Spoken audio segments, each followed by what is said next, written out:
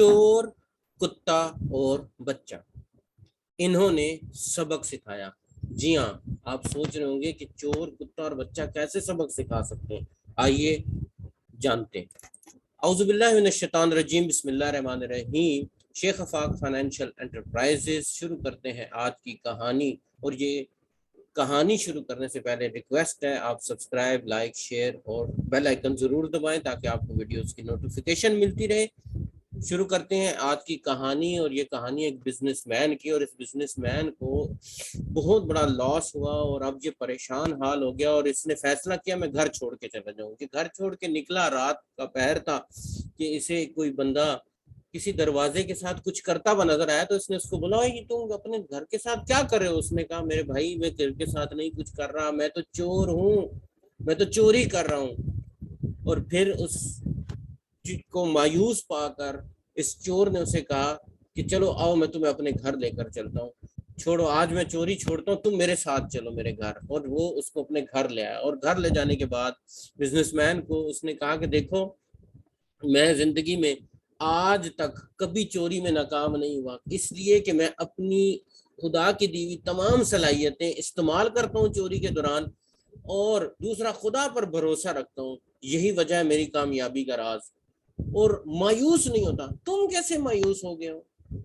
اچھا، یہ حیران ہو گیا، اور اس نے دل میں سوچا کہ یا باری تعالیٰ، یہ شیطانی عمل بجا لا کے اتنا زیادہ کانفیڈنس کے ساتھ اپنی صلاحیتیں بروئے کار لا کے تجھ پہ بھروسہ رکھ کے کام کر رہا ہے، اور کہہ رہا ہے میں کامیاب ہوں، اور میں تو تاجر ہوں، بزنس کرتا ہوں، میں رحمانی راستہ اختیار کر کے پھر کیوں نہیں ناکام رہ سکتا ہوں؟ لہٰذا میں غلط ہوں، یہ صحیح ہے، مجھے بھی اب تیرے بھروسے پہ رہنا ہے اور کبھی مایوسی کو اپنے پاس آنے نہیں دینا۔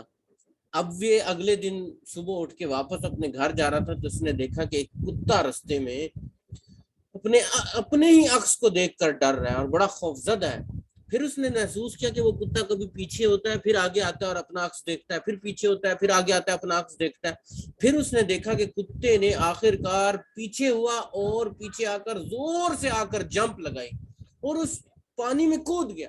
اور پھر اس نے دیکھا کہ اس پانی سے وہ لڑتا لڑتا پانی کے پار چلا گیا، تو اس نے وہاں سے سبق سیکھا کہ زندگی میں جب خوف لاحق ہو جائے تو پھر 2 قدم پیچھے ہٹ کر اس خوف میں کود پڑ جانے والے لوگ ہی کامیاب ہوتے ہیں۔ تو اس نے کتے سے یہ سبق سیکھا کہ اگر میں ابھی اپنی بزنس کے اندر کوئی ناکامی ہے تو مجھے گھبرانا نہیں ہے، مجھے ایک سٹیپ بیک ہو کے واپس جمپ لینی ہے، اور یہیں سے میرا راستہ نکلے گا نجات کا۔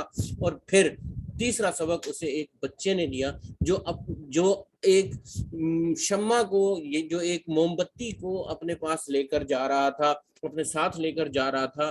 تو اس نے اس سے پوچھا کہ تم جو ہے یہ جو لے کر جا رہے ہو یہ کیا ہے تمہارے پاس؟ اس نے کہا موم بتی ہے انکل، تو اس میں شمع اس میں روشنی جل رہی ہے۔ تو اس نے بولا بچے سے شرارت کی، بچے کو بولا چلو بچہ ہے، چلو اس کے ساتھ شغل کرتے ہیں۔ بچے کو بولا بتاؤ یہ روشنی اس میں کہاں سے آئی؟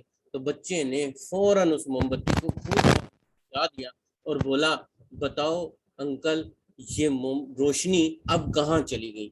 یہ سننے کے بعد اسے شرمندگی محسوس ہوئی، اور اس نے کہا کہ دیکھو میں اس کو کم تر سمجھ رہا تھا، ایک بچہ سمجھ کے کم تر سمجھ رہا تھا، میں سمجھ رہا تھا میں اس کے ساتھ مذاق کروں گا، اس نے تو مجھے لاجواب کر دیا۔ تو کہاں، اور اس نے یہاں پر یہ ایک سبق سیکھ لیا کہ کبھی کسی کو کم تر نہیں سمجھنا چاہیے، کوئی بھی بہت بڑی کام کی بات رکھ سکتا ہے۔ جیسے اس بچے نے مجھے حیران کر دیا، اس لیے مجھے کبھی بھی کسی کو حقیر نہیں جاننا۔ اور یہاں پر کہانی ہو گئی ختم، پیسہ ہو گیا اعظم، اور یہ ہمیں سبق دے رہی ہے کہ ہمیں زندگی میں کبھی نہیں مایوس نہیں ہونا چاہیے، اپنی تمام تر صلاحیتوں کا استعمال کر کے خدا پر بھروسہ رکھ کے کام کرنا چاہیے۔ ناکامی ہو جائے وقتی تو اسے ناکامی مان کے، ہار مان کر پیچھے نہیں بیٹھ جانا چاہیے، بلکہ کود پڑنا چاہیے، اور اپنے سے لوگوں کو کمتر نہیں سمجھنا چاہیے۔